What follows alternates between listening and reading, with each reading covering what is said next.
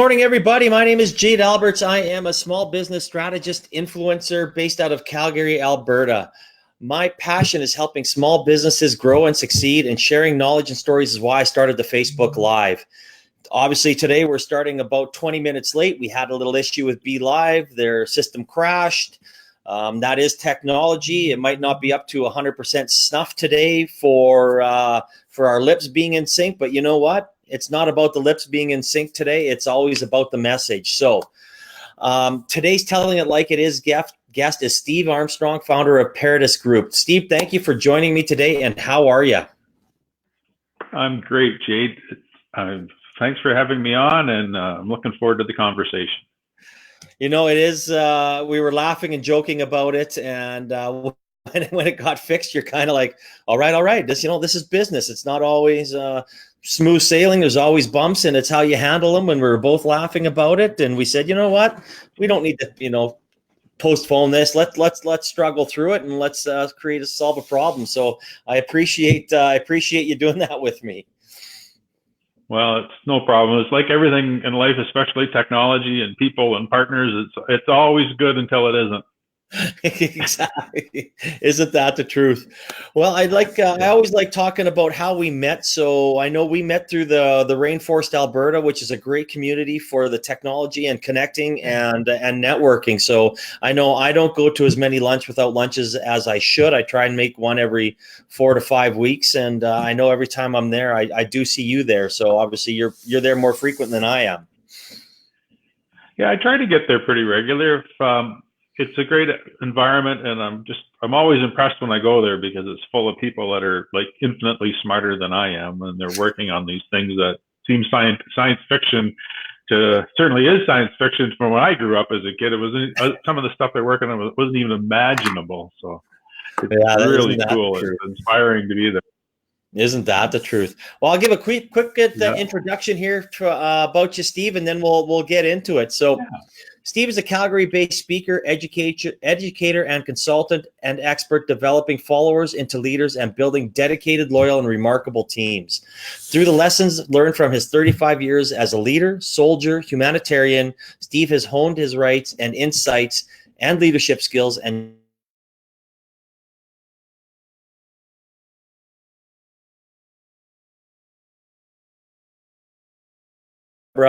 I definitely can understand about an understanding wife. That's for sure. I know when you and I talked, you've had a couple really interesting careers, but the first one I want to talk about is, when you work with companies that a boss can't be bothered to deal with people or employee issues, how do you solve this, or how do you please walk us through this process? Yeah. I'm not always sure that they can't be bothered. They often don't want to. They don't have the tools to do it. I've only bumped into one in particular who I would say he's lucky he's the CEO of a significant company, or he'd likely be in prison as a psychopath. This person was an emotional void, but for the most part, people get promoted because they're really good at their old job. They were the best accountant or the best welder or the best whatever it was, and somebody comes along and says, hey, you're a high performer in this role. Let's make you a boss. And then they put them in the role, put this person in a role, and then they walk away from them. Yeah. And they've never been taught how to be a boss and how to deal with people. And it's really interesting. There's an analogy, you might know Terry Rock, okay? So Terry has an analogy of baby sea turtles on the beach, right? They come out of the mama comes ashore and digs a safe hole and lays their eggs and covers them all up. And then when they hatch, they skittle across the beach into the water. And when they're in the hole, they're safe. And when they're in the water, they're pretty safe. But the most dangerous part, when they're on their own, is that first part where they're skittling across the beach.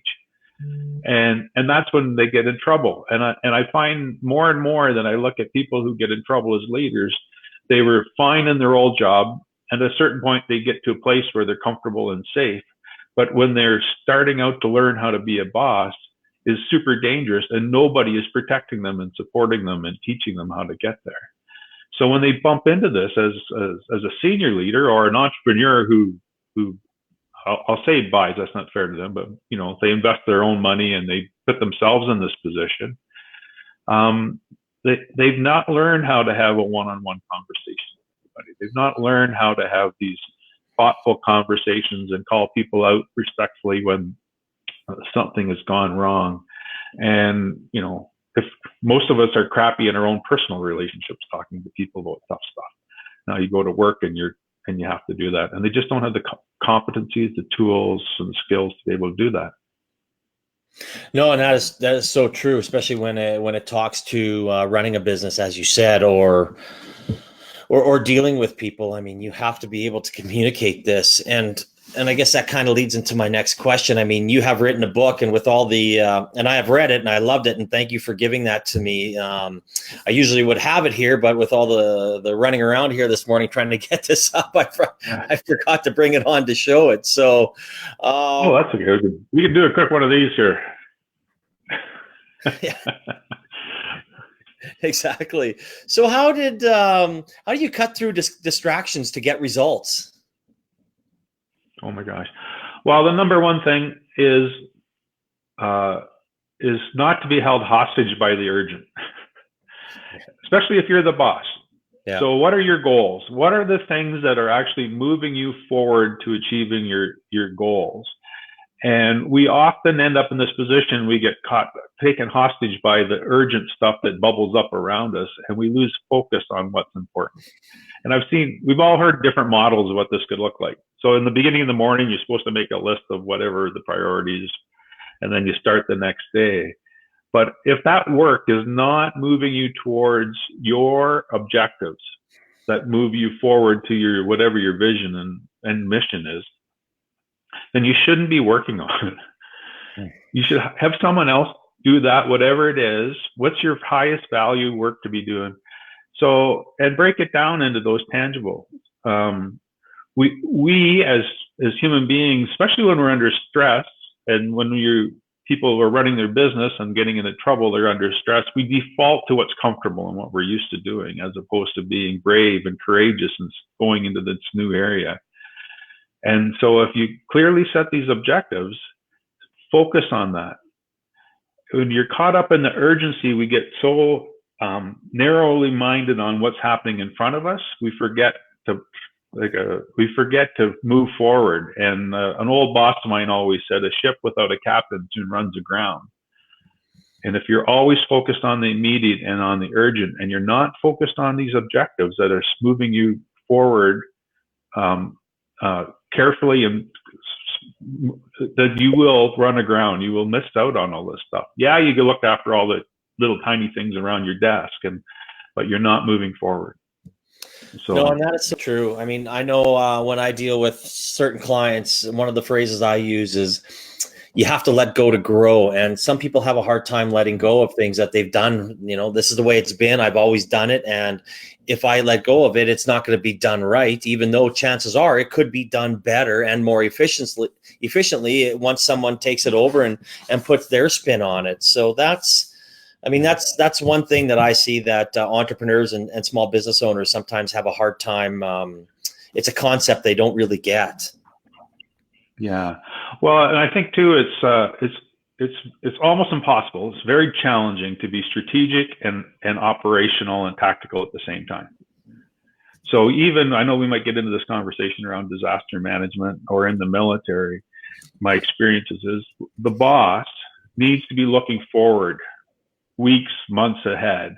And the people around them should be looking at the day-to-day stuff. And if you're always focused on the day-to-day stuff, the urgent things that we talked about earlier, you can't get that long-term perspective on what's happening in front of you. Yeah. Even if I get it, in some organizations, they're small. What I would say to that person who's just leading a small team is at least take an hour or two in the morning before you get bound up in the little things and think strategically. Plan strategically, and then implement the tactical plans around that to help you move forward. No, that's very good. And speaking of moving forward, I mean, you've developed a process that helps people with organizations, from like from start to even helping them sleep. Please explain this for us. Yeah. Well, it comes from one of my very first clients when I went on my own, and it resonated so much with me. I use it all the time. This person wasn't sleeping at night. Yeah. He was awake all night long, and we've all been in that situation. There's nothing worse than waking up at 3 a.m. and having your own mind turn on you. Yeah. All of those thoughts come right to front of mind, right? Even the thing you could have done differently in grade 8 comes up every once in a while. It's so crazy what happens at 3 a.m. inside your head, where we're our own worst enemy. And I know it happens with lots of people. So what I did with him and others is I really spent a long time figuring out what he really wanted. In this case, he wanted his company to be successful. And we had this hard conversation. Is that what you want? Or are you just going through the motions? Do you want to get out of this thing? You need to decide that right away first.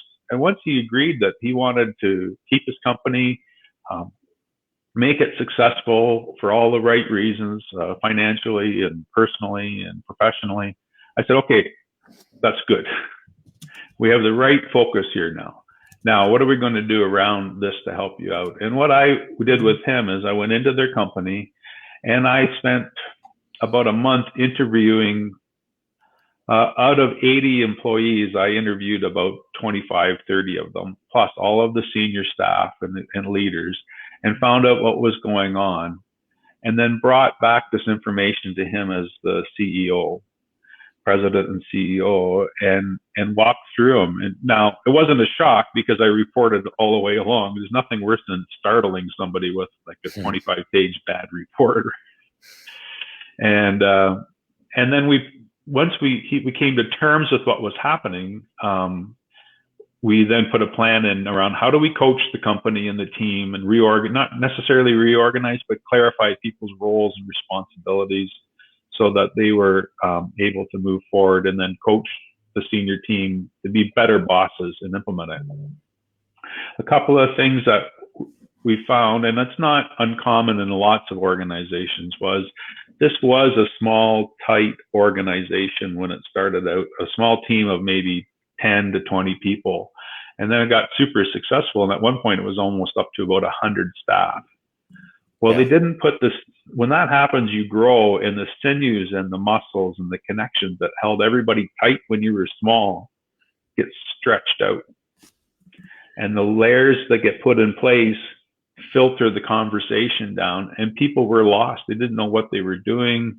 Or that's not fair to them. They didn't know why they were doing the work they were doing. They didn't understand what was happening with the company. So nobody was sleeping well in that case. Some of the things I recommended was, okay, open up your books. He had lots of work going on. They made money every month. As bad as it was, they still had a small surplus, a small profit. They had lots of work in progress. They had lots of sales in the pipeline. And I said, well, why don't you just do a lunch and learn where you, not to share every intimate detail, but share the big picture about how the company is still healthy, and everyone will calm down and relax. And when they did that, that's exactly what happened. Everybody calmed down and relaxed, and were able to refocus their work and their thinking on what was happening. I find that when the bosses go quiet, the employees and the team will make it up. They'll imagine the situation that's about 1 billion times worse than what it really is. And normally it's not that bad, but without that conversation and direct lines of communication, then people will get in their way. And once we open up the lines of communication, then the team coalesced again, and we put some supervisory mentorship in place, so people were getting good communications and good leadership, and the company started to get traction again and was growing. And there was a time probably where that company was at risk of failing completely. Still there, still doing good work, and everybody's back up to about 60 people and doing some good stuff. Well, no, that's awesome. I mean, and working with teams and helping them grow is so crucial. And again, and it's an ongoing process, and having someone in there like yourself to help them and guide them is so crucial through this process.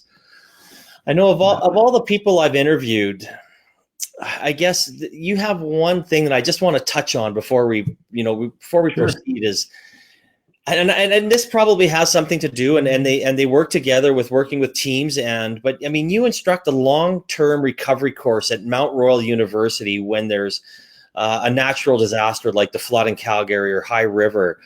How did you get involved with this? And please share some of that with us. So I don't want to disillusion anybody, but there's been no master career plan for me. Doors have opened, and I just walked through and been lucky, as I've often said, much to the misfortune of millions of people due to natural and man-made calamity. I've had this amazing adventure.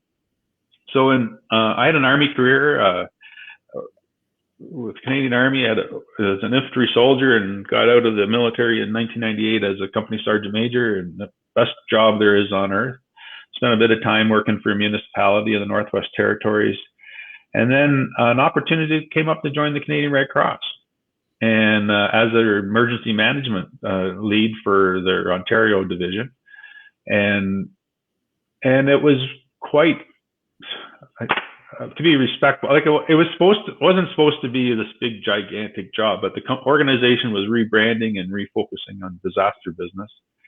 And I walked in there in January of 2001, and that, like, half of Canada was in a state of disaster that summer, and then September 11th struck that fall. And then a year later, 2 years later, SARS happened. So like all of these big disasters happened, and I happened to come along with that. And at a certain point, we realized that you just can't help people. Well, you have to help people when the emergency happens, but to be really impactful, we need to be able to put people back in their homes and reestablish a community and family and all that kind of stuff. So I really started niching into this fascinating world of long-term community recovery, which is always an intricate puzzle. The emergency phase, with all due respect to my peers in the emergency business, is actually quite straightforward. Save lives, protect property and infrastructure, and get people back in their homes or in some sort of shelter as fast as possible. But the recovery became this really fascinating thing around family dynamics, community dynamics, economic development, social and environmental issues. And how do you rebuild this town, High River, or downtown Calgary, or Fort McMurray, or Slave Lake, or when I was in Sri Lanka after the tsunami? How do you put this community not just back together, but so that it coalesces and grows? And I had lots of experience working with that in that area. And when I retired from Red Cross 5 or 6 years ago now, Mount Royal approached me and asked if I could help them set this program up. And we've run probably 10 serials, 10 courses of people through that program. And we've explored everything from, Haiti to Indonesia post-tsunami, Sri Lanka, obviously, and some other and local disasters too. About how do you support this community? You can't lead a community when it's in that state because it can't be led. They need to lead it themselves. Yeah. But you have to be able to paint the picture of the future, and then give them the tools and support them as they move forward. And you can do some very powerful things. Oh, absolutely. Yeah, it's quite remarkable. I look at Slave Lake, when that fire happened in 2011, I guess, and what we would normally do, we weren't able to do because we were dealing with a completely different normally in a disaster, organizations like Red Cross and others, and even government, deal with the bottom of the social economic scale, the poor people. But in this situation, we were dealing with upper middle class people. The community that was burned out the worst was doctors, lawyers, teachers, civil servants, professionals, and they didn't need the help we were giving them. And we had to explore the data and push around and figure out what was going on so we could reframe the help we were giving that was actually useful for that community. And one of the risks in that situation was all these people were instantly transportable because a teacher, a nurse, a doctor can go work anywhere they want to work. Yeah. And so we had to help stabilize the community so that these core professions would stay in the community and then allow the community to move forward. Very, very super interesting intellectual problem, immensely complex because you're dealing with human beings. Oh yeah. It was awesome. It was probably some of my best work, I have to say. I really enjoyed that project, and the success we had there was really powerful. I mean, I can't imagine. It's probably, as you said, it's probably the most gratifying work you've had, and I think that's amazing, especially when you're dealing people, probably seeing them come together. You know, especially some of them at their probably darkest moments of their lives, possibly. So I can imagine the gratification that comes from watching people become extraordinary and solve problems, and you'll be able to work with them. Yeah. And to me, there's a connection back to what we're talking too, is that some of these people are the least likely leaders that you would ever think of, right? And even in our own organizations, we look around and say, well, we don't, it takes a very thoughtful conversation as a boss or as a leader within a company to be able to see the leaders that you do have within your organization and how do you employ them properly. And it's the same thing with disasters. We had the obvious suspects for leaders in that community, and they couldn't lead because they were messed up because of the disaster or whatever it could be. So we went around and we found all these other people who were powerful leaders, but they didn't even realize they were leaders in their own right. And we were able to bring them up and elevate them to a place where they could actually do good work for their community. And I believe that most organizations have a wealth of power, intellectual and human horsepower within their organization that the average boss oversees and overlooks and misses because they don't spend the time saying who has good leadership, who has the potential here to be a leader, and who can help us move this thing forward. Oh no, so for I think sure. There is a direct connection between the two. Yeah. So I guess what's next for you, Stephen? Oh my gosh. You know what? I heard, with all due respect to U.S. politics these days, but I heard Bill Clinton refer to himself as someone sitting on the back porch of life about a year or so ago. I'm not quite there. I'm not brand new either. For me, I'd like to build my speaking and workshops and professional speaking business, but also just get to help out these organizations, because the one thing that I miss most of all probably from working is being surrounded by laughter and powerful high performing teams and doing good work. So I get that vicariously through my consulting work, that I get to go in and help a team move into that situation. So I'm always keen to work with people that realize they have a problem, aren't sleeping well over the problem, but need help figuring it out and articulating it, and then helping them move through that. So that's where I get my joy.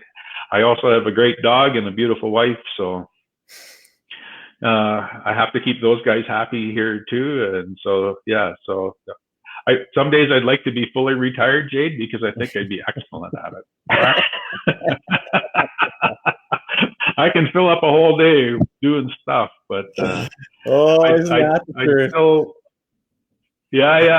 but I still want to do good work. I love work. I enjoy work, and I like doing important things and helping people get, become better at whatever it is they're working on. So. Oh, and that's good. I mean, that's true passion, right? I mean, I know, speaking for myself, I mean, I'm trying to set something up that I can do for the next even 30 years, because I don't know if I ever want to retire. I might, work a little less, but, it's something that I definitely want to, have something that I can kind of, dabble with for the rest of my life to, to keep me busy. So. Yeah. Well, like most of us in business, there's times when it's slower than others, and I've realized during those slow times that I'm not that interesting enough of a person to hang around with. I need somebody else in my life. So if you have, I guess my last question is the same for all my guests. If you have one piece of advice for an entrepreneur, a startup, or a small business, what would that be, Stephen? I've thought about that question since you posed it, and I would say a lesson I've learned, and probably should have learned it before, but is this: just because you think it's a good idea doesn't make it a good idea. You have to temper your passion for whatever it is against the reality of it being a job or a career or making money off. Yeah. I found that when I went on my own and started consulting, your book of friends and network is only good for 6 months to a year's worth of potential work. And after that, you have to get on it. And if you, just because I think I'm the best guy in the world at doing organizational work and leadership work doesn't mean anything if you can't find the customers and clients to do it. And I think about a lot of those people, Jade, we see them regular at the rainforest. They're all brilliant and they're passionate about their idea, but I'm not 100% sure that they're all marketable, saleable ideas. And your passion and your love for your idea was not enough to write the checks and feed the dog and make your wife happy at the end of the day. So be realistic about it. No, and that's great advice. I mean, not all ideas come to fruition, and some people have a hard time taking them from idea to start up and into a business and then a career. So that's a very good piece of advice. And I know when I'm talking with a lot of young entrepreneurs, or any entrepreneur for that matter, I always say you should go out there, talk to other people, talk to mentors, talk to people in your network or other business owners to make sure that you are doing things the right way. And as you said, if an idea is a starting place, and if you can't use that idea and have other people's input to make it a better idea, which will give you a better chance to succeed and grow that into a business. So some of these people need to listen and learn from people that have been there. Yeah, and you need to find the people that will tell you the honest truth, because I had lots of people. If I could have got 10 cents on the dollar for everybody that thought it was a great idea and that there was work for me everywhere to do, I would, it would be smooth sailing. But people, we had this conversation earlier, right? About the hard conversation. People don't want to be mean. They're not lying to you. They just don't want to let you down or be hard. And they're not going to tell you the truth that this idea is a dumb idea. No. You should not bother doing it. So they'll say things like, "Oh, this is a good idea." They'll challenge, but it'll be in a soft, gentle. It's like politicians. Politicians will never say no to you. No, isn't that the truth? And then talking politics, they won't say yes. We won't go into that one. They won't say no. Yeah. But the same thing, if you got in a business idea, whatever it might be, consulting or a high tech or whatever it is, and you ask people what it is, they'll say things like, "Oh, that's a great idea," and "No, you're good. This should be good for you," and stuff. But they won't ever say, "You know what? I don't think this is going to work, friend." No, isn't that the truth? Well, excellent. I really appreciate you, Stephen, and we had some issues at the beginning. We started a little late. Thanks for your patience, and to the listeners, if obviously that missed the beginning of our chat, hopefully you'll be able to catch it a little later. We'll be sharing it on all of our social media platforms. If you have any questions, we will answer them. So I really appreciate it, Stephen. Thank you so much, for coming on and sharing your knowledge. Yeah, I would encourage, if anybody's interested, you can get a free download of the PDF version of my book on my website at stephenarmstrong.ca. And if you want hard copy, just reach directly to me and I can make arrangements to get one in the mail for you. Perfect. And your website has been scrolling along the bottom the whole time. And if you just go into the comment sections, you can click right onto the link and it will take you there. Again, thank you very much, Stephen. And I hope everybody and yourself have a fantastic Wednesday. Yeah, thanks, Jade. It's a great pleasure. Always a pleasure talking to you. You make me happy. You make me think. Well, that's good. Excellent, Stephen. Have a great day, buddy. Yeah, take care. Bye now. Bye-bye.